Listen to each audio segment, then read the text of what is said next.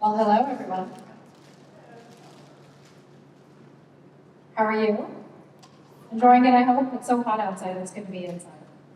My name is Sonal Shah. I am the CEO of the Texas Tribune. How many of you read the Texas Tribune? I know about it. Excellent. Just for those that do not know, I'm going to put it out there, we are a nonprofit news organization, statewide news organization in Texas, the largest nonprofit statewide news organization in Texas. And if you haven't been reading us, it is free. So please do read about what is happening in our state on a regular basis. And if you want to know what's happening, it's a good place to start. With that, we're going to have an exciting conversation today, and I'm looking forward to this conversation. Let me just give a little bit of overview, and then we'll go right into questions. And I'm going to quickly introduce my panelists. We have Randy Weinberg, who may come in late, and if she does come in, we will go ahead and just incorporate her into the conversation as it comes in. But to my left, Zeph Capo is the current president of Texas American Federation of Teachers, AFT, and previously he was the president of Houston Federation of Teachers. Next to him is Jessica Campos. She is a dedicated HISD parent and a Denver Harbor community advocate. She's committed to educational equity and community engagement. She has 3 daughters in HISD and has gone beyond typical parental roles. Before the state takeover, she started a Girl Scout troop, organized several beautification projects, and created a garden for the elderly in her community. She has also served as PTO president, soccer coach, and supported health education through Girls on the Run. You are busy. And then next to her is Josh Cowen. He is a professor of education policy at Michigan State University and an author on topics related to education politics, school choice, and culture wars in the United States. In addition to all of the major academic outlets in his research field, his book, The Privateers, How Billionaires Created a Culture War and Sold School Vouchers, will be released this September. Well, that is a very apt topic for what we need to discuss both in Texas, but also, I think, across the nation. So let me just give some facts here. According to USA Today, Politico, super PACs, political action committees are pouring, especially right-wing super PACs, are pouring significant amounts of political dollars into state legislative races across the country to push a far more right education agenda. They are not just focused on legislative races, but also on local school board races, and it's having an impact nationally. These PACs are calling it a parents' right agenda. Last year, Project 1776, one of these super PACs, raised $4.3 million and spent $3.1 million. In 2022, they raised $3.4 million and spent $3.1 million. In just Texas alone, the Club for Growth spent $4 million on the legislative races here. Let me put that into context and what that means. All of the teachers' unions PACs in 2021-2022 raised $4 million across the country. So just a sense of how money is being spent in the state and across our nation. Much of the money of these super PACs are coming from far-right donors and have been focused on using public dollars for vouchers, school choice, and especially focused on issues of race and identity. According to the Post, the voucher programs, largely popular with conservatives, are rapidly growing in GOP-run states, with a total of 29 states plus DC operating some sort of voucher system. And Josh, I know we'll go into some of this. 8 states have created or expanded voucher programs last year, including Alabama, Georgia, and Missouri, and have approved or expanded voucher-type programs in many other states. And then there are some states that also have universal voucher programs, which we will talk about. Nationally, reports show that states that have approved voucher programs, the largest recipient of state dollars, have been religious schools. So far, Texas has resisted vouchers, but there are other policies on charter expansion, state takeovers of school districts, and curriculum, which the state is taking a more active role in our local schools, and we'll talk a little bit more about that too. As many of you know, education spending is largely a local and state issue. According to the Urban Institute, the federal government provides only 11% of funding for primary and secondary education. It's about $88 billion. States provides 46%, which is about $384 billion of the funding, and local governments provide 44%, which is about $365 billion of funding. So this is a topic that's so important at this convention for educators, and you all have a voice on this issue in Texas and nationwide. And there are real solutions that are needed for public education. And we're going to dig into some of these today and really think through what are the issues and then what can we do about it and how can we think about them. So with that, Zeph, I'm going to start with you. And the 4 topics I hope to cover, if we have the time to do it, are education post-COVID, privatization, vouchers, and school takeovers, curriculum and culture wars, and really then what are solutions that we should be looking at. So let me start with COVID, after COVID. We all know that K through 12 schools were significantly disrupted during COVID-19. In Texas, the 2021 STAR results showed that only 35% of all students met grade level in math, compared to 50% in 2019. We've written about it at the Texas Tribune. In Texas, the state mandated more tutoring as one of the solutions. What is being done, and what are we seeing post-COVID now, and what has happened since then? So I think everyone can recognize that education was disrupted during a worldwide pandemic. And we probably wouldn't expect any less. It wasn't just education. Almost every institution and system that we have in rely on was deeply impacted by this worldwide pandemic. When it comes to education, and we can talk about some of the responses to it afterwards, but what we've known, what we've consistently had research in, is to show that test scores, the greatest indicator, the thing that you can learn most about test scores is an indicator of the financial position of those students. What has been invested into their education.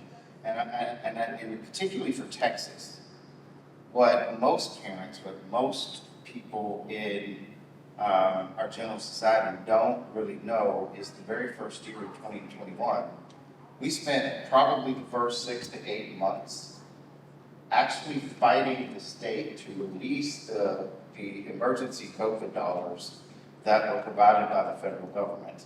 Because we knew that funding issue, we knew that the changes that they were having to make and how they were going to buy the additional equipment, move to this new operation is going to have a big impact. So I don't think that there's been enough to kind of disaggregate what that impact is, because we know, we have deep research that funding issue is a major driver of test scores. That's the best thing it's going to tell us. Coming out of, and once we finally were able to get dollars released so that school districts could make emergency decisions, what most of them ended up doing, and they get criticized for it on the back end, is using those dollars for extra staff, new individuals, the tutoring and the other pieces that came in there, which they tried to tell them not to necessarily use, but they didn't have much of a choice. If you're being held accountable in a certain way, and you're trying to make up for these particular pieces, and computer-aided schooling is not necessarily working, which, you know, it boggles my mind that our state legislature can say that at one time and then throws fits whenever we don't pass their boondoggle bills to aid virtual schooling. I think there's some incongruence there.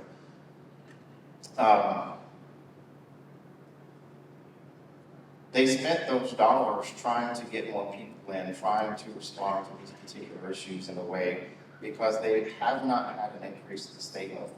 So you start with a state that's trying to supplant the dollars that they're actually putting in 20 and 21 by substituting with the federal dollars. And then as you go through the first 2 years afterwards, you've not had the additional state funding, so they're almost using the COVID dollars to backfill what the state should have been doing. So part of what we were doing, part of our issue was we've not been keeping up with, in the last 5 years, the investment that our kids needed. to make the changes permanent, to make sure there was the additional staffing, to do the additional timepieces that were going to be required and necessary to make up this difference. So I think that those things are hard to separate, and the COVID learning loss has become a real excuse to pull people away from or to not talk about the fact that the state has not for a very long time done what it should be doing to make education helpful. How long did it take the state to release the COVID dollars?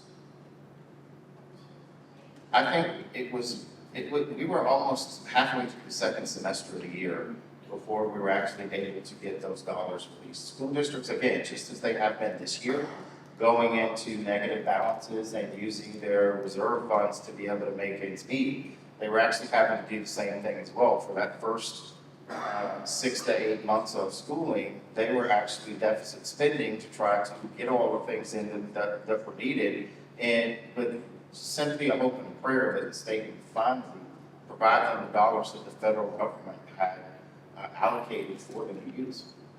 And we're today, post-COVID, and those dollars are also starting to run out. Where today are teachers and schools feeling the punch in terms of like what's happening as those dollars are coming down? The state hasn't released the dollars yet.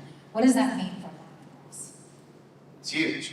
It's also been a tremendous increase in turnover of our staff. Experienced educators that are leaving at an alarming rate. The answer to the teacher shortage has been to fill classrooms with people that don't have experience, do not have any education. They call them apprentices, but they don't actually have a qualified mentor to truly be able to work with them in the way that they need. And this is not new. We've done this before.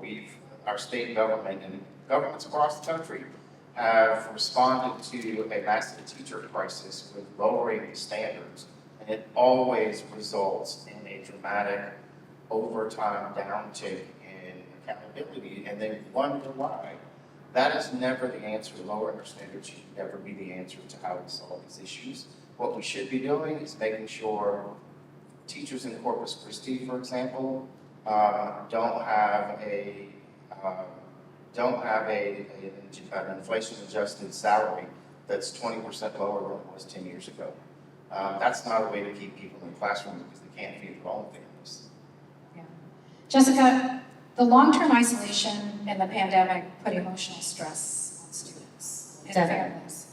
And one study from Texas A&M surveyed 2,000 high school students and found that 71% were experiencing heightened levels of stress and anxiety due to the pandemic. Are you continuing to see these levels of anxiety, especially for your children across the state? I know you work closely with the schools. And as parents, what are you seeing? Well, definitely, after the pandemic, there was a lot of, issues because we were coming out of the pandemic. And for us, we have a lot of ADHDers in our home. I even had ADHD, and it was difficult. We had just had a baby. We had the dogs and the rooster next door that caused a lot of distractions. And so coming back to school was very difficult, not only for myself and my children, but we also lost family members, we lost jobs. Coming back was stressful for parents just as much as it was for children. We had a wraparound specialist though, and that was very helpful. And now I'm seeing even more stress on my children and actually depression. A lot of mental issues are coming out of this new education system that's been implemented in our school district. So yeah, definitely, it's been a stressful time since the pandemic for all of us. And removing the wraparound specialist has not been helpful for us either. And we'll come back to what's happening with HISD in just a minute, because I do think this is an important piece. And Josh, on one hand, schools don't have enough money to pay teachers or maintain schools. On the other hand, school closures and performance, especially post-COVID, have given proponents of privatization even more leverage. Tell us what is happening. Yeah, so first of all, just thank you for having me here. I think I'm the one non-Texan here, at least on the panel, so I just really appreciate the invitation to come speak today.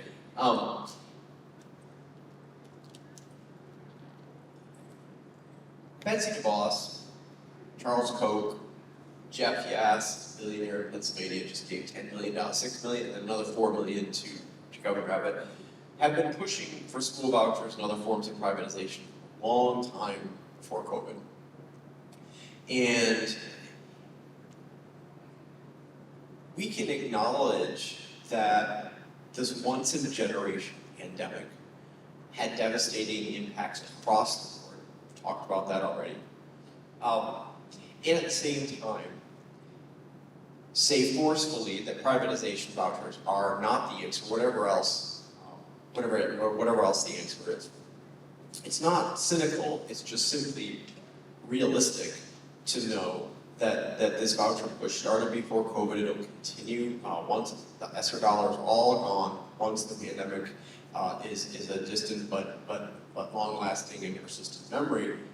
One thing I wanted to kind of say from the outset, just while we're talking about the pandemic, learning loss, and money, and how vouchers sort of tie into all of that, what's really important to understand, and I'm going to be saying this repeatedly in session after session that I've been invited to over the next few days, but I'm going to start here. If we're going to talk about test scores, and I second Zeph's warning about what test scores measure, but if we're going to talk about them, they are the coin of the realm. It's all the states for how we kind of judge public schools. Just on that measure, over the last decade, vouchers have caused steeper learning loss in the states where they've been implemented, up to and including twice as large as what COVID-19 did just next door in Louisiana. Repeat that statement. Vouchers have caused up to and including twice what the pandemic itself did to test scores. We're just talking about test scores. So whatever else they are, and they are a right-wing billionaire push, they are a push to privatize education in this country, but what they are not is a solution to the COVID-specific learning loss, because they have had far worse effects on test scores in states that have actually allowed the results to be measured. Let's dig into a little bit on the vouchers piece. Give us an explanation, just a definition of what are these vouchers and what, I know there's multiple types, but I think it's good for us to just know what we're talking about. So when we're talking about vouchers, we're talking about taxpayer funding for private school tuition.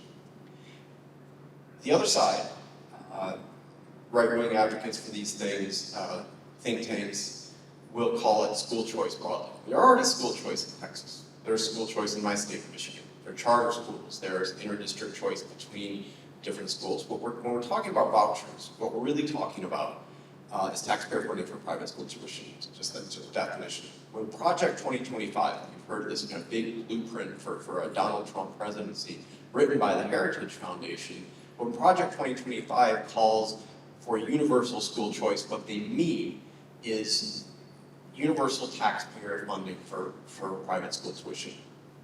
And what happens when vouchers come to town is it's not even really about school choice at all, because schools get to pick their kids. Those private schools get to pick their kids.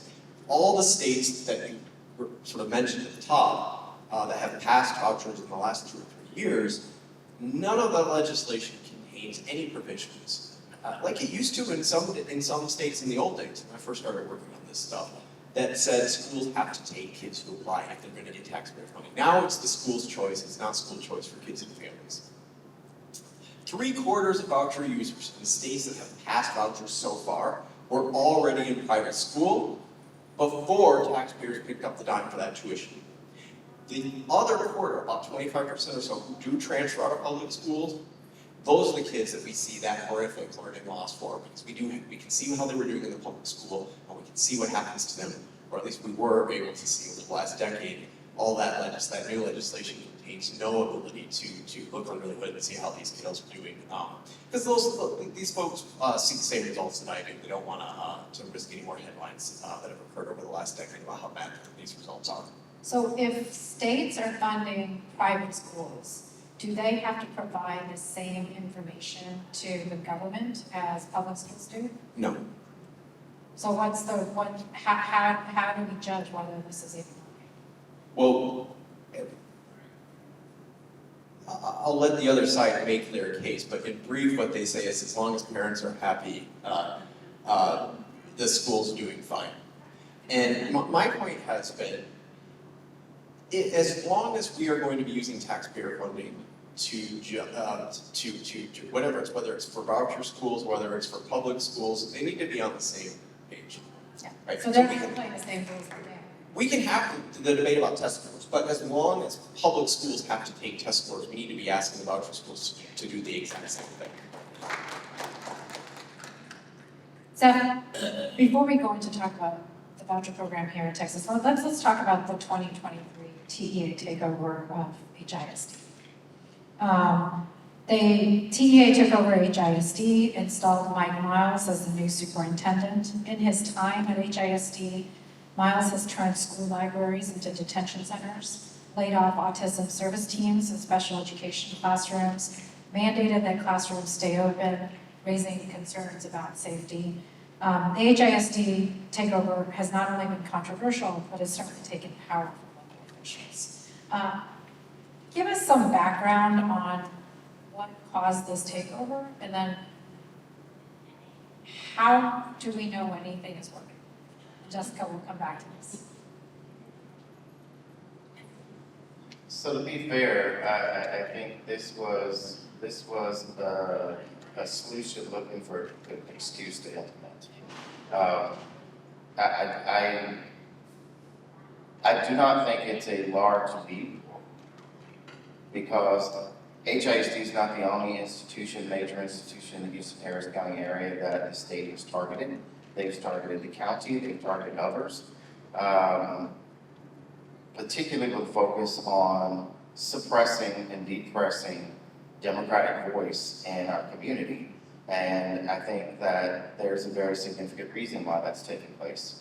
If you have a county and a city like Harris County where we have more population than 22 other states and the potential to basically erase them from power, if people in this community actually voted at the same rates as people in other states, you want to control those levers of power that would allow people to move to a place where they become the civically responsible individuals that they need to. And I think that they've seen over the last 10 years or more, our young people are waking up, our young people are paying attention, our young people have an interest in what's happening in their world and in their society. And if you're able to control it, if you are able to do what has been done, under the excuse of test scores, under the excuse of improper board management, because let me tell you, a lot of those excuses, I'm going to be honest, as a Houstonian, I was embarrassed about some of the things that people were in this room, the things that came out of our board table that went public, we were all embarrassed by it. But when I got into the position of having to look across the state, not just in Democratic communities, but in Republican communities, in small districts, in large districts, those behaviors aren't any different. There's not an even keeled stick about what we're looking at. The fact that one school could be the reason that a district as large as HISD gets taken over, because we've seen this in small roles as well too. This is a power grab. This is about the state instituting their own plans about how monies, how plans move forward. When you talk about closing libraries, when you talk about the things that were mentioned, what you're talking about is removing the humanity from students. And if they don't have that basic human values that, in my opinion, are so much more important than any test score, then how are they going to be able to take them out and participate in a democratic voice in the democratic process? This is far bigger reaches than just are each of the schools in the school district passing based on this random test score number that, despite what the commissioner said, has changed consistently almost year after year, where they've had to chase a moving target. One could argue that the test scores have improved in those schools. How do you approach that question? Excellent question, and I have not had a chance to do the deep dive. Maybe Somebody from one of our university institutions could help us look at that. But as a former science teacher who taught biology, when I started looking at the raw data, for example, that was one of the areas where they were talking about doing so well. The first question that came to mind to me was, why are so fewer students taking the actual exam this year than has ever been the norm and the average from previous years? And what was going on and how was that set up? Because the raw numbers looked like there were significant deviations from the norm. So are these scores authentic? Are students in fact doing better? Or are they doing what every educator that has been in schools around for a very long time has seen, is data is consistently manipulated to make it look as well as it can? I think that there needs to be a deeper dive into these scores before we say that it's actually working. Jessica, you have 3 kids in HISD schools. How are you experiencing the takeover? So, just to let you know, the STAR scores didn't go up in all schools because at Pew Elementary, it was an A-rated school, our scores went down. Also, if you look into the Spanish STAR takers, their scores also went significantly down. So I think that we need to really pay attention to why the scores are higher in some of the areas that he's showing. But I agree, less students did test in several areas. But the takeover for us, Pew Elementary, has been horrible. We've lost value in our school. Pew Elementary was an A-rated school. We are a 99% Latino school, 99% economically disadvantaged. And we had a wonderful NASA robotics program. We had a nature awareness program with that urban harvest. We had a PTO. We had a wonderful school community, and it has been torn apart. Parents are not allowed to have communication with the teachers. We lost our library. I know that the superintendent likes to gaslight us and say, no, there's plenty of books. Look, we're in the library. We've been gaslighted so much this year. Parents are not allowed on campus anymore. I used to be the go-to mom, and this year, teachers were told not to speak to me. I cried the first time a teacher spoke to me at the end of the school year because she had already been let go, so she had nothing to lose, and she was like, please help me. I've tried my best to inform our community because the first thing that I noticed was there was a lack of information for our Spanish-speaking community. The Facebook page is never updated. Even when we would go to the meetings, let me start by saying we lost all of our bilingual teachers and our bilingual principal. Every year we've had a bilingual teacher, and principal, because our community is Spanish speaking. Every parent is Spanish speaking, so our meetings were always in Spanish, but we lost that. So we have no communication now, no communication, not even with our principal, no communication with teachers. We're not being told when the teachers are changed. We have uncertified teachers now. I went as far as to apply to see how far I could get, and I'm sorry, but I am not a high school graduate. I don't even have a GED, and I got a job working for HISD as a DIAC teacher. I would be learning with the students. I could not take that responsibility on. It was just to see how far I could get, but I don't want that for my students. I want the NASA robotics program back. I want the nature awareness program back. I want those things back in our school, and we've lost all of that. So just to put it in context, before the takeover, you were involved in the school. Yes, ma'am. And the teachers were reaching out to you. Sure. So give us a little bit of what was it before, and because you sort of gave us a little bit of the after, so we can compare ourselves. So when we came back from the pandemic, I had one child that went to, I did take advantage of school choice, and I placed her at Meyerland MPVA. And I became part of the PTO there. And I noticed quickly that at Pew Elementary we didn't have a PTO. And I learned so much from the PTO at Meyerland that I decided I wanted to do the same thing in our community. Every time Ireland had a beautification day, I organized one at Pew Elementary as well. If we started a garden at Ireland, we started a garden at Pew, because I noticed that there were things at Ireland that we didn't have in our community, and I wanted that for our community because I felt like we needed it. There was a time where I didn't have a twin-size bed for my child. We were just coming out of the pandemic, didn't have a job. My child was saying that the springs were coming out of the bed. I reached out to the wraparound specialist at Pew Elementary, and she told me that they could not help me. I reached out to the MPVA specialist, and I got 2 twin-size beds, mattress and all. And they invited me to come to the wraparound room, and I walked in, and I saw basically a Walmart. I mean, they had dog food, clothes, shoes, uniforms, household items, everything that you can possibly, that we need in our communities. This community had everything, and I wanted to know how, why. If we're a Title I school, and supposedly there's more, funds that go to these type of schools, why don't we have what Ireland has? So I quickly, saw the difference in our communities, and I think that there's a big gap in equity. And when Mike Miles kept bringing up equity at these community meetings, I immediately realized that we're not getting equity, because this guy came into our community saying that we needed bikes, we needed exercise bikes, when we actually needed working AC. We needed more resources for our teachers. Our teachers used to buy things using their own money to have creative learning with our kids. Jessica, was there a consultation with parents? Never. When the takeover happened?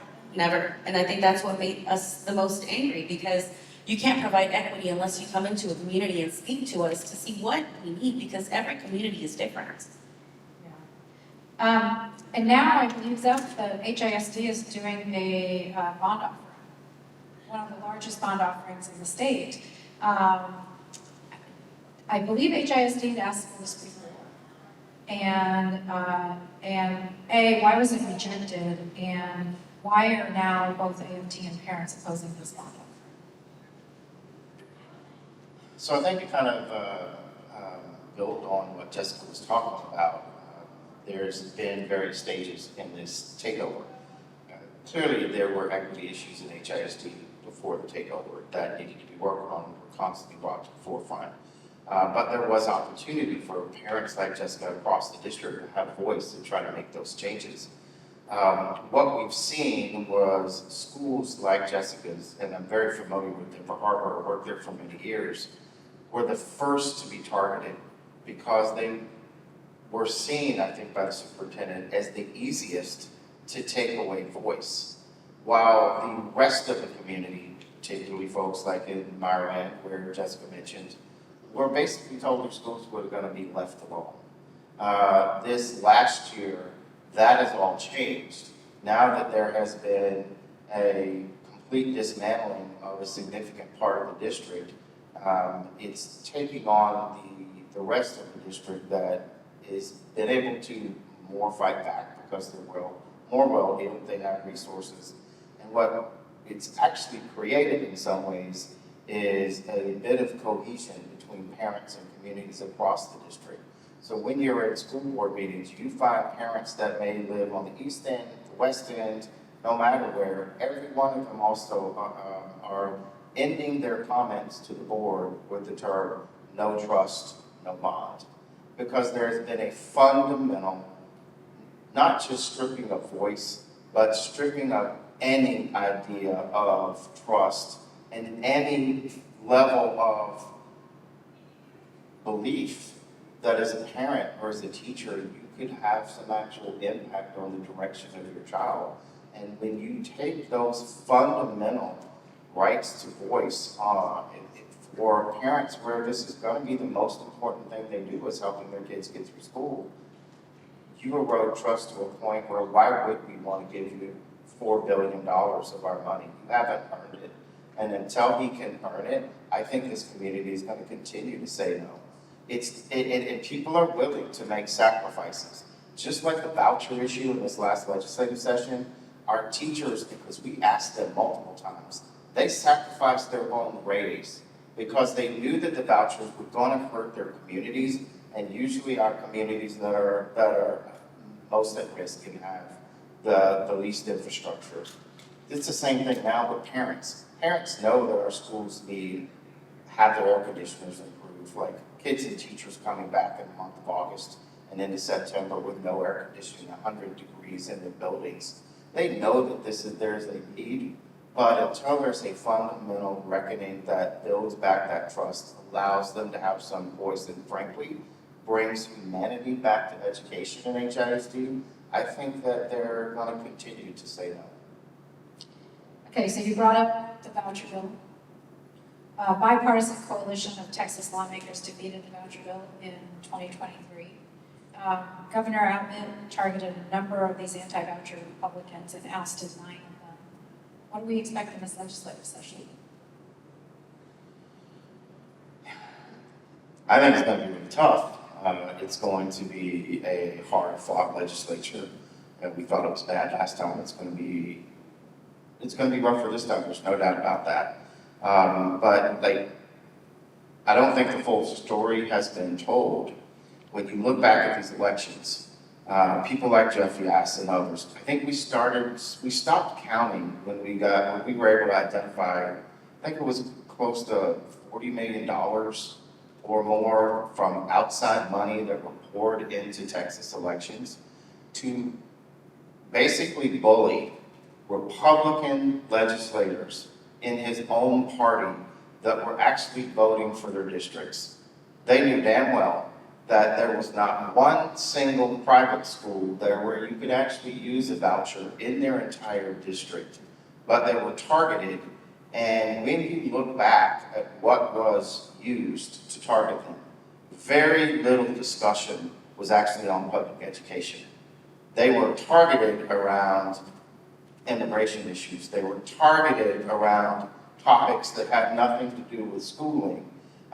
So, even the governor, even his billionaires knew that a voucher program was not really a selling point that was moving people to vote.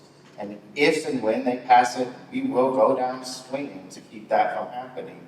If and when they pass it, and when people start to realize it, when it truly does start to impact Friday night lights in Texas, I feel that there will be a reckoning. And it held up school funding, if I'm not wrong, so teachers were willing to fight that. Josh, 8 states have adopted the universal voucher program in 2023. In light of new cost estimates that show Arizona's universal voucher program is costing the state close to $1 billion per year, how is this affecting, what are public schools in different states doing, and what is an argument here for Texas? Yeah, so let me just put a bookmark on the last conversation we just had about the takeover, and whether or not it was working, and what the metrics are and stuff like that, just before I jump into this really, really important question. And I want everybody to remember something when this issue and these promises come up in the fall and in the spring, whatever happens with the voucher bill, about how it's going to work, how it's going to give kids a lifeline from so-called failing schools, and it's going to give parents a choice. The entire reason that we are able to sit here in this panel and talk about whether or not the takeover is or isn't working is because the public schools affected by the takeover have to take these tests, they have to put performance metrics out, and the superintendent runs around and talks about his plan. If they were as confident in the vouchers having some sort of positive effect as they are apparently, from what I hear from you all, about the success of this Houston takeover, they'd be pushing for similar metrics and similar bragging rights about the voucher bills. But they know that over the last decade, again, we've seen some of the worst academic results on any type of reform, whether it's takeovers, whether it's certain curricular failures and things like that. So it's really important to remember that when it comes to vouchers, the promises there stop at the show me the money piece. They don't want to be held accountable for those results. So getting to the money piece itself. I mentioned a second ago that roughly 3/4 of voucher users are already in private school to begin with when these voucher schemes pass the legislatures. That sort of counterintuitively is how the defunding of the public school system starts. It is true that some districts will lose a few kiddos to go to, and the districts that have private schools in them, right, will lose a handful of children. And for those districts, that can be an enormous cost. Depending on the size of the district, even losing 15 or 20 kids, you still got to pay the bills. You still got to finance maintenance of buses. You still have, so that is a loss. But the really big thing, the really big threat, and this is how the rural communities suffer, even if they don't have any private schools for the voucher kids to go to, is at the state level, when the state commits itself to paying the tuition for kids who are already in there. So the Arizona dollars that you mentioned, Arizona, Florida, and Ohio, those 3 states, next year will all top over $1 billion each in voucher payments, mostly to children who are already in private schools. You think budget fights are hard now, right? And I know they are, and I know a lot of the people in this room, a lot of the people listening to me have sweat and bled over those budget fights. You think those budget fights are hard now, though? Just wait till $1 billion is already committed in the budget to taxpayer funds for tuition. That's where you start to really feel the dollars declining. 6 of the last 7 states to pass vouchers over the last few years failed to keep up with the national average per pupil spending allowances. And the 7th, the one that did, Ohio, is about to go into the red simply because they've expanded their voucher program to universal status. So what's happening is these states are obligating themselves to costs that were previously borne by the private schools and by the private school parents. Given all of these numbers, how are states continuing to justify that this is okay?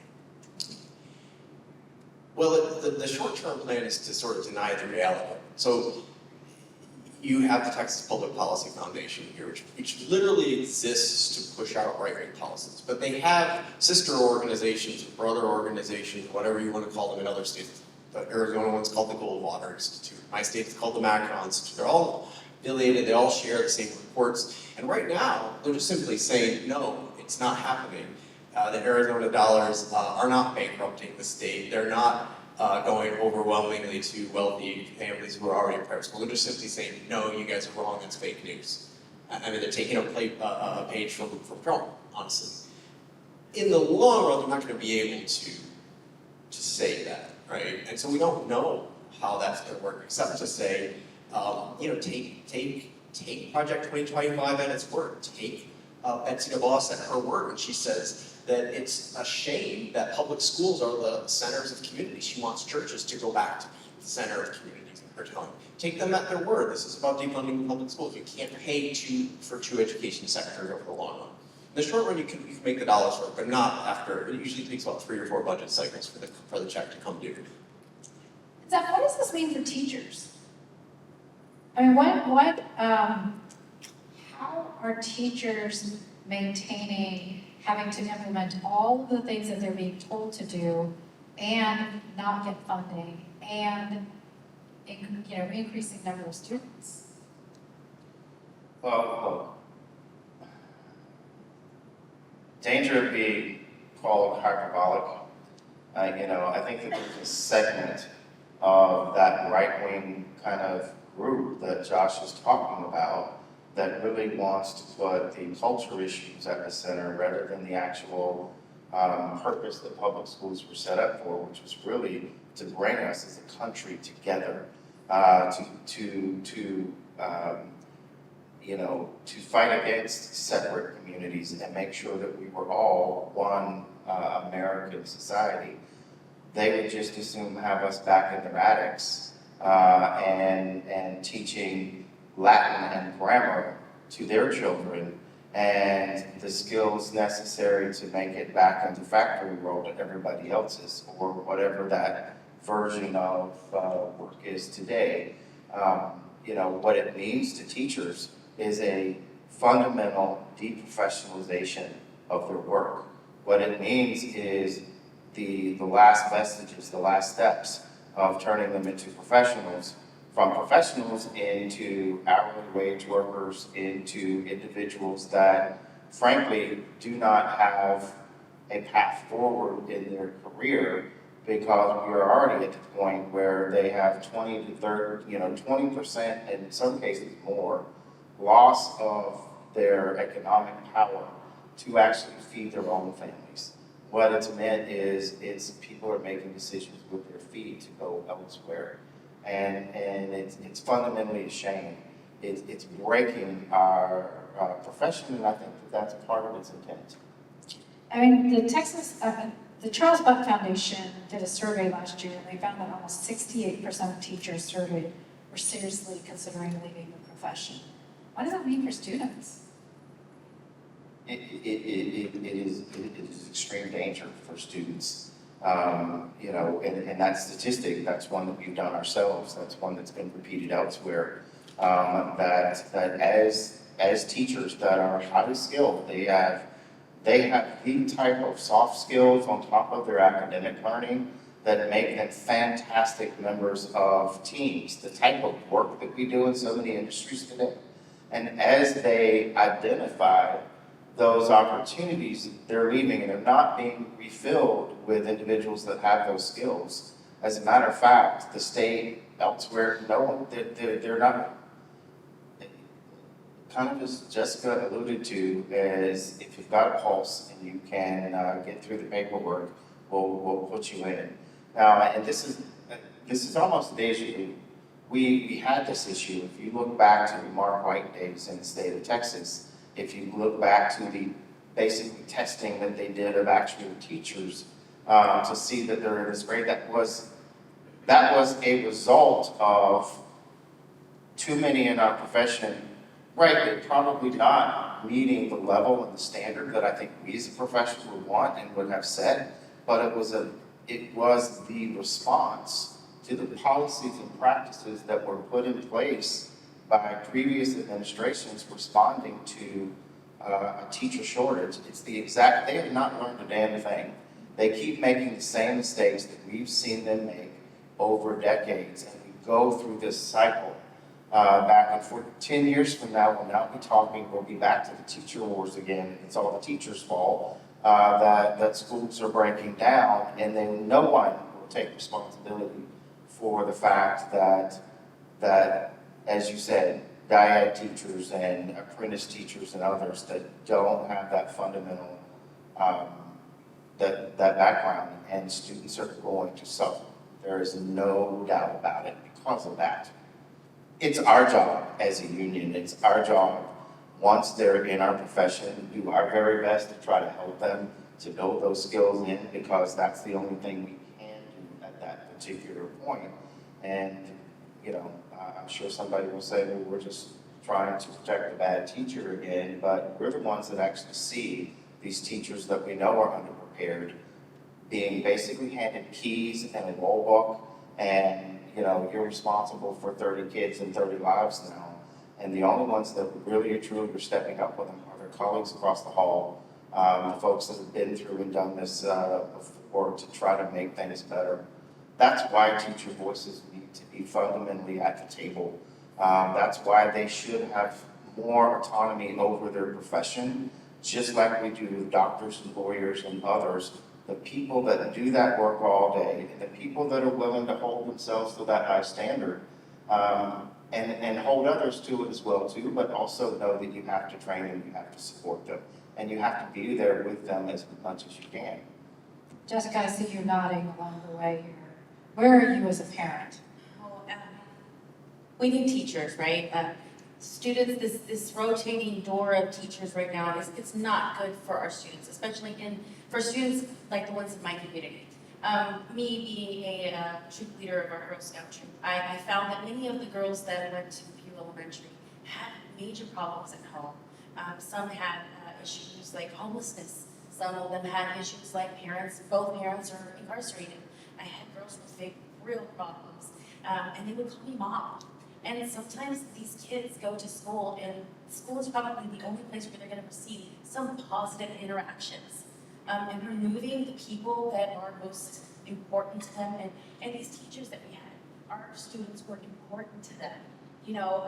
The teachers that were at Pew Elementary were some of the lowest paid in the district. So they related with our communities. I had teachers that would go to our baseball games I had teachers that knew all of the students at the school first and last name. So I'd like to put it this way.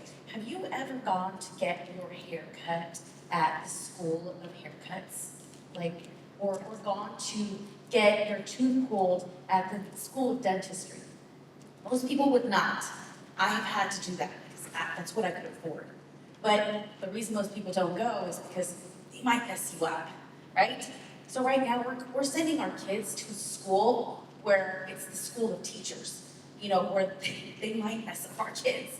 We don't know because they're learning with our kids. I think that there was one incident where my daughter came home. She said, "Mom, I'm having such a hard time focusing when the principal walks in to teach the teacher how to teach us." That's a big distraction. I don't think that our children are getting the quality education that they deserve from certified teachers. So it's just a slap in the face when you say that you're here to help and improve our district, but you're taking away the most qualified teachers and removing books from our schools. So it's hard to say that you are actually here. What is your real intent? What are you really here for? And yes, we need qualified teachers, certified teachers in our schools. Josh, what are you seeing in other states? What's happening with teachers, especially with the there's a nationwide teacher shortage, but what's happening with the voucher programs? Well, the teacher shortage is real, but it's not the same everywhere. And what we know is that the shortage areas are most acute in traditionally underserved areas, areas that have generally sort of lower income families. We have huge shortage areas in subjects that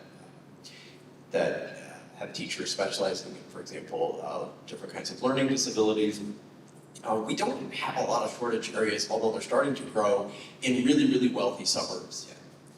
And part of the reason for that is that they're very well resourced. So, shocker, when you're able to pay top dollar and you're able to invest in buildings that are nice places to work and nice places to go to school in, you're able to pay teachers well more than a living wage or a professional wage. You don't have shortage areas in those places. It's the areas that are chronically underfunded, chronically underinvested in, that have these really acute shortage areas. I teach in a school of education, so sort of my professional community's day job, we are first and foremost a school that trains educators. And I've seen curriculum fads come and go. I've seen different training modules come and go, some very effective, some less so. I've seen different professional certification systems come and go. Over the last 10 years, and by the way, the same last 10 years that we've seen this catastrophic academic evidence for vouchers, over the last 10 years, the professional research community has shown without question, time and time again, to the point where it's not even a question anymore, that the single best way to improve student outcomes, to reduce teacher turnover, to reduce, to improve graduation rates, to improve income of the kids who are in those districts later in life, to reduce crime rates in those communities, the single best way to do all of those things at once isn't a magic curriculum. It isn't even necessarily a brand new building. It isn't a special degree. It's just deep and sustained investments in the public schools in those communities. Money matters. You get what you pay for. And when I go and talk about sort of the threats to vouchers, and I'm always asked, what's the alternative, Josh? What's your solution? What I say, first and foremost, is you get what you pay for. You have to invest in these schools, in these communities. It's not just the right thing to do, it's also the correct thing to do. If you believe anything that research has to say about anything, it confirms over and over and over and over and over again in the last few years that money matters. So any conversation, whether we're talking about teacher shortages, whether we're talking about test scores, whether we're talking about graduation rates, has to start with, again, deep and sustained investments in those public school communities. Otherwise, all the rest of it is just hypothetical. Yeah, if I could add to that, I completely agree with what Josh is saying.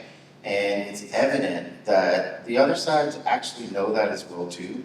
They go out of their way with these other ideas and models and shiny baubles to draw our attention away from that fact.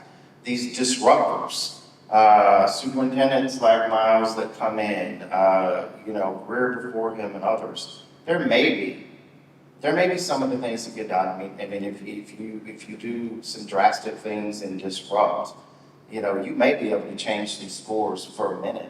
It's not the first time that we've gone through these. And just as soon as those systems that are put in place that are not sustainable fall to the wayside, it's not actually real. You see that it's not true. Like, if you truly are learning, it's not things that you're going to forget. You learn how to ride a bike. You're not losing all of that in that same way. The disruption is actually the opposite thing that our schools need. They need structure, they need sustainability, they need the funding, they need policies that allow a teacher not only to have enough salary that they want to stay in that school, but then have a school leader who knows this person needs to be in this grade level working with this band of kids, not just for a year and then move them somewhere else. They need 2 or 3 years before they actually get really good at teaching second grade curriculum. And that's one of the things that we consistently miss. So you have chronic underfunding on one side, and those schools are often the ones that are most hit with this massive disruption, disruptor policy pieces that set them up for failure in ways that is very hard to come back from.